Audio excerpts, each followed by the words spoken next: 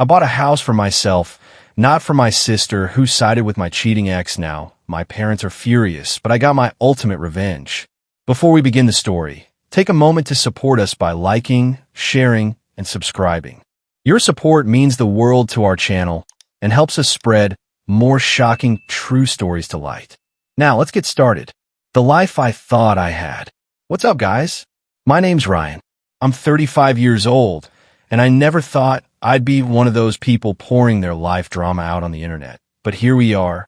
A couple of years ago, I had what I thought was a stable, decent life. Nothing glamorous, but it was mine. I worked as a mechanic at a local garage, rented a small but decent house, and was married to a woman I'd been with since college. Let's call her Lisa. Lisa and I weren't perfect. No couple is, but we had our routines, our inside jokes, and plans for the future. Or so I thought. I was the guy who worked long hours to keep things steady, paid the bills on time, and believed I was building a life with someone who truly had my back. Turns out, I was a complete idiot. Because 2 years ago, my entire world came crashing down in the worst way imaginable. The ultimate betrayal. It happened on our anniversary. Yeah, you heard that right. Our freaking anniversary. I had planned to surprise Lisa by coming home early from work. I thought I'd pick up some flowers, maybe grab dinner on the way, and spend the evening celebrating our years together. But the real surprise was on me. I walked into our bedroom, and there she was, Lisa, wrapped around our neighbor in our bed. I remember the moment so clearly, like a slow-motion scene in a bad movie. She didn't even look shocked or ashamed. No scrambling to cover up, no stammered excuses, just pure annoyance. Like I was the one who had messed up. Like I was the problem for walking in on her cheating. That was the moment I realized our marriage had been over long before I even opened that bedroom door. The days that followed were a blur, screaming fights, half-hearted apologies, and pathetic attempt from Lisa to convince me that it was all just a mistake. But the truth was far worse. When I checked her phone, I found messages going back months. She hadn't just cheated once. This wasn't some drunken accident or a weak moment. She had been lying to my face for years. My 6-year marriage? A complete sham. And if that wasn't bad enough, the real betrayal hadn't even hit me yet. Because the person who twisted the knife even deeper wasn't Lisa. It was my own sister. My own sister took her side. If you'd asked me back then, I would have told you my sister, Emily, was one of the few people I could count on. She was 30, a single mom with 2 kids, and I'd always been there for her. I helped pay her rent when she was between jobs. I covered school supplies for my niece and nephew. Fixed her car countless times, free of charge. I never asked for anything in return. I was her big brother, and that's what family does. Or at least, that's what I thought family was supposed to do.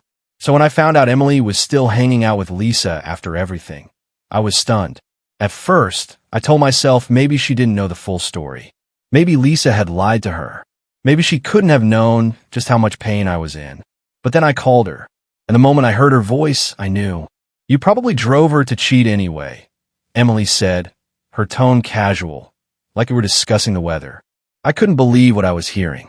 What? I asked, thinking I must have misheard her.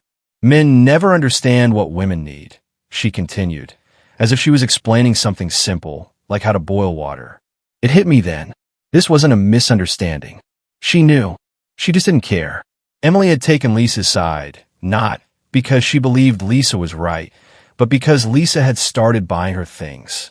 New clothes, fancy dinners, babysitting her kids so Emily could go out on dates. And the cherry on top? Lisa had promised to introduce Emily to some rich friend of her new boyfriend, the same guy she had been cheating on me with. My sister was literally trading her loyalty for the chance at a sugar daddy. I felt like I'd been punched in the gut. That was the moment I realized I was completely on my own.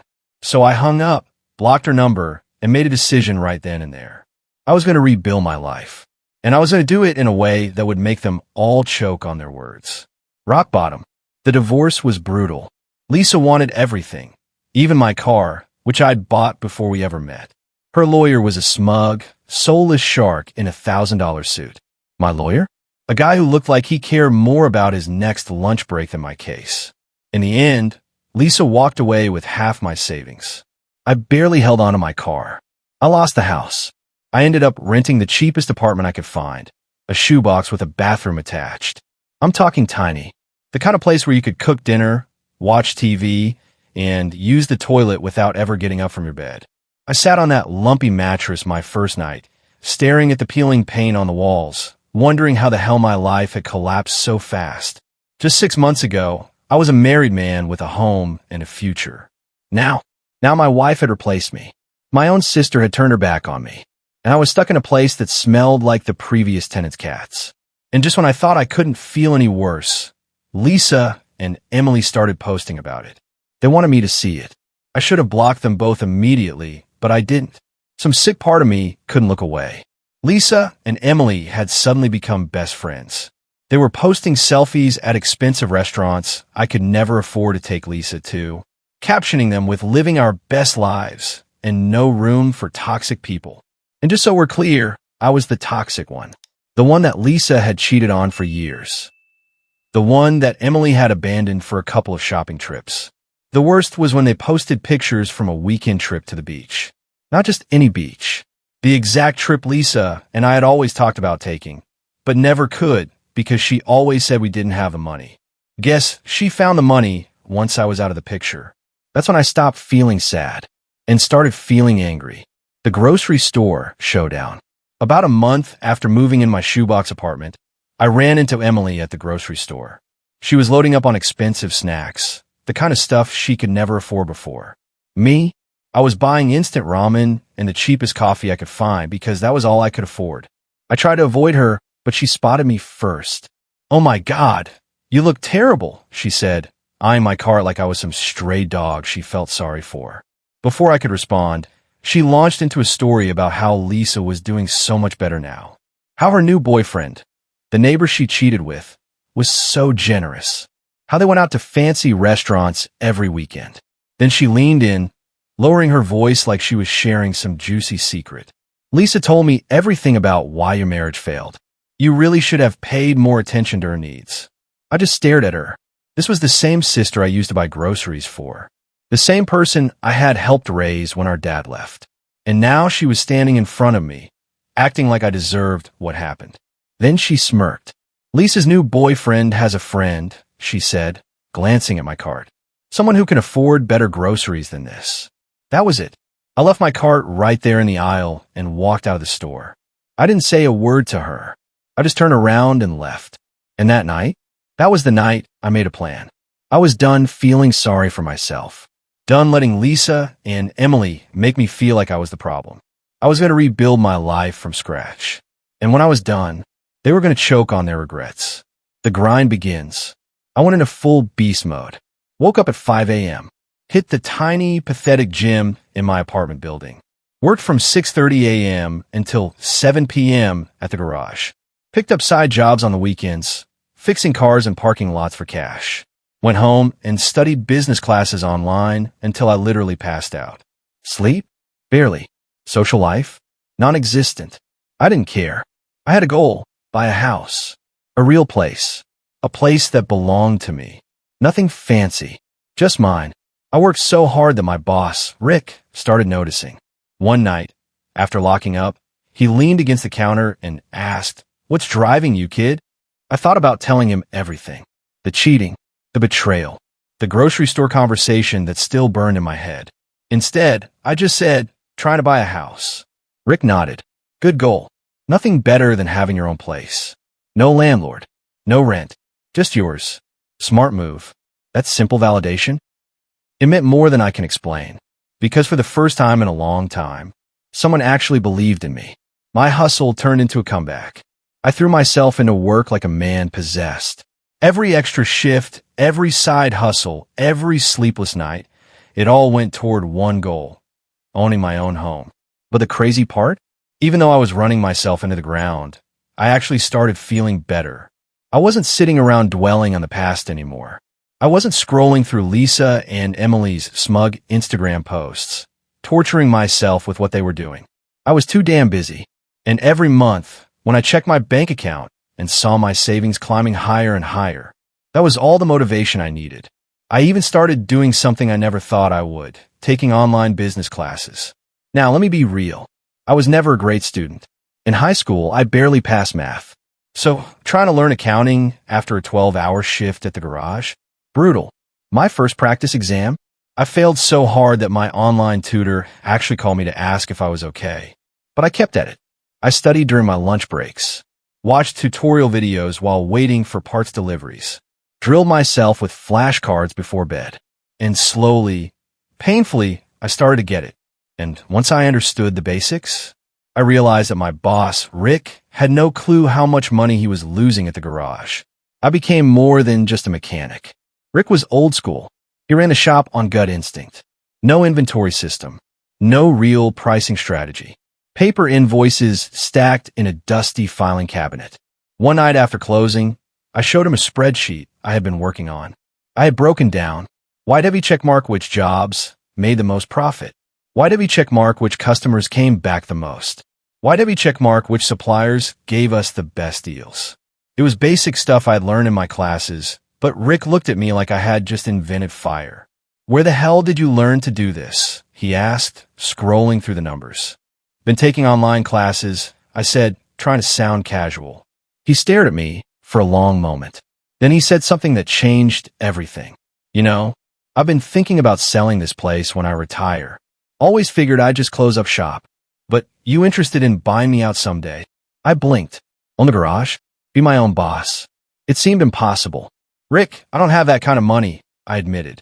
He waved his hand dismissively. We could work something out. Payment plan. You take over more and more while I step back. I'd rather sell to someone who gives a damn than some big corporation that'll fire everyone and jack up prices. For the first time in years, I felt something I hadn't in a long, long time. Hope. That night, I added one more goal to my list. Not just buy a house. Buy the garage, too. Karma comes knocking. By the 1-year mark, my grind was paying off. Why'd heavy checkmark? I was basically running the shop. Why'd heavy checkmark business was booming. Profits were up 30% since I started taking over. Why'd heavy checkmark? My savings were stacking up, and I was finally ready to buy my own house. But then, I started hearing rumors. Apparently, things weren't so perfect in Lisa and Emily's little Instagram fantasy world. That guy Lisa had cheated on me with? Yeah, he dumped her barely 2 months after our divorce was finalized. Turns out, he was never interested in anything serious. And that rich friend Lisa had promised to introduce Emily to? He was a broke fraud who pretended to be rich to get into clubs. When Emily finally met him, he tried to get her to pay for dinner. The shopping trips slowed down. The fancy vacation stopped. Lisa had burned through most of her divorce money, trying to keep up appearances. And Emily? She had quit her steady job at an insurance office, thinking she was about to land a rich guy. Now, she was broke and struggling to find work again. I heard all of this through my buddy, Mike, who was still friends with Lisa's cousin. Did I laugh? Did I say I told you so? No. I just nodded and kept working on the transmission in front of me. But inside, I felt something I never thought I'd feel again. Satisfaction. Karma had finally shown up. The house. The betrayal. The audacity. A few months later, I did it. I bought my house. It wasn't a mansion. It wasn't some flashy dream home. But it was mine. No landlord. No roommates. No one who could take it away from me. The day I signed the papers, my phone buzzed with a text from a number I didn't recognize. It was Emily. After over a year of silence, she wanted to reconnect. Said she missed me. Said family should stick together. I didn't respond.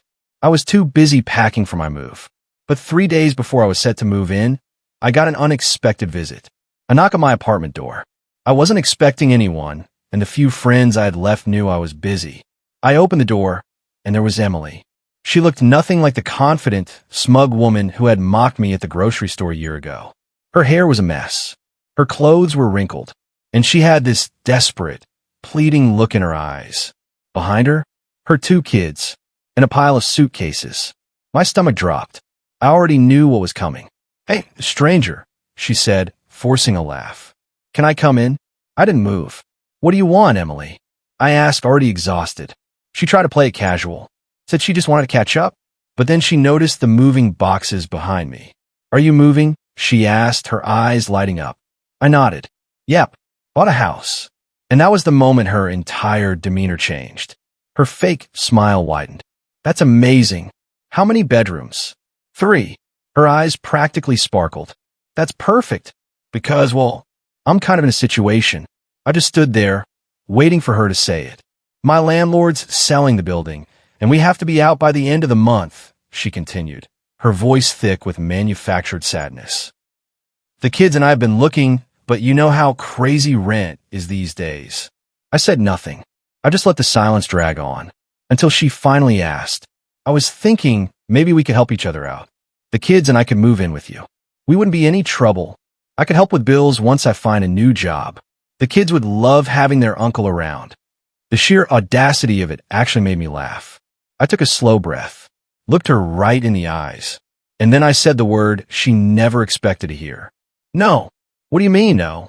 Emily blinked like she hadn't heard me right. What do you mean, no? She asked, her fake smile twitching. I mean, no, Emily. You can't live with me. Not now. Not ever. She stared at me like I had just kicked her puppy. Then, right on cue, she switched tactics. Her eyes welled up with crocodile tears. Her voice wobbled. She even pulled her kids closer, as if using them as props in her little performance. But the kids, Ryan, they have nowhere to go. We might end up in a shelter. Is that what you want? Your own niece and nephew homeless, because you're too selfish to help. And that's when I lost it. Not by yelling, not by slamming the door, but by laughing. Because the sheer manipulation of it was so transparent, so ridiculously predictable, that I actually found it funny. I looked at her, dead in the eyes, and said, "Where were you when Lisa was screwing around behind my back, Emily?" She opened her mouth, closed it. "Where were you when I was sleeping on Mike's couch? When I lost everything, my home, my savings, my marriage?" I continued, "All right, you were out shopping with Lisa, laughing about what a loser I was." Her face went pale. "That's not fair," she started. "I didn't. You did. I cut in. You chose her over me. You mocked me. You told me I deserved it." I stepped back, gripping the door. "And now you're the one with nowhere to go." I shook my head. "That sounds like a you problem." And with that, I closed the door in her face. Family only cares when they need something. For about 5 minutes, Emily stood outside, pounding on my door. "Ryan, please, just talk to me. You can't do this."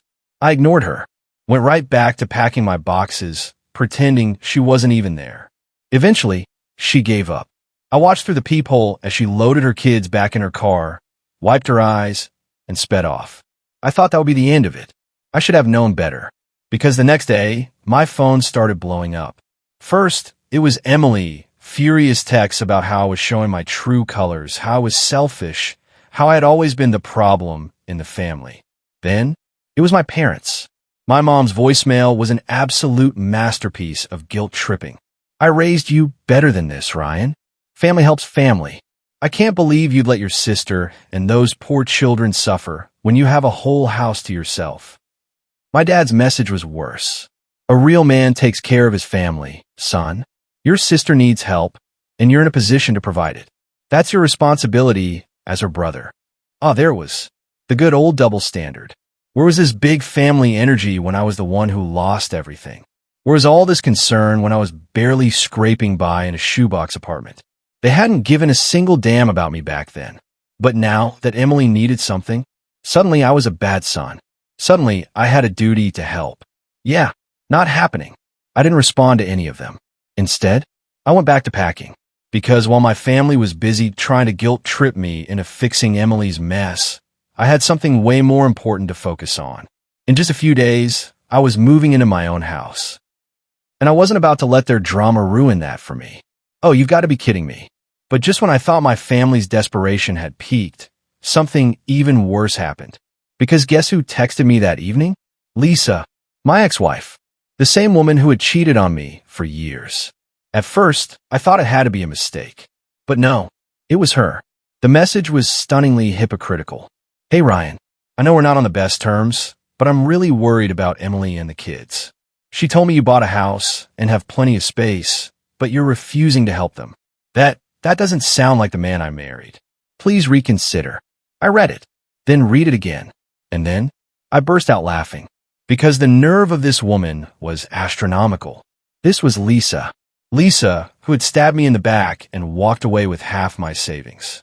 Lisa, who had spent that money on vacations and luxury shopping sprees with Emily. Lisa, who had called me toxic while screwing another guy in her own bed. And now she wanted to lecture me about being a good person. Oh, hell no. I typed out a single response. The man you married? He doesn't exist anymore. You killed him. Do not contact me again. Then I blocked her number. For good. Thomas set some boundaries. The next morning, my phone wouldn't stop buzzing. Not just from my family, but from unknown numbers. Emily had clearly called reinforcements.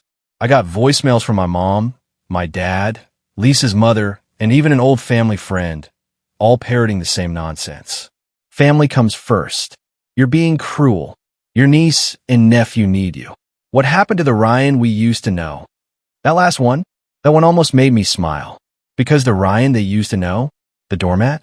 The guy who let people walk all over him? Yeah, that guy was gone. So, I made a decision. I went straight to the county clerk's office and filed for a no trespassing order against Emily. Then, I installed security cameras all around my new house. Let her try another sob story ambush. This time, I have the cops at my doorstep before she could even get comfortable. And just when I thought it was over, Emily tried one last stunt. The final showdown. I should have known Emily wasn't done yet. A person like her? Someone who had spent their entire life relying on other people to fix her problems? She wasn't going to accept no without trying one last trick. And sure enough, she did.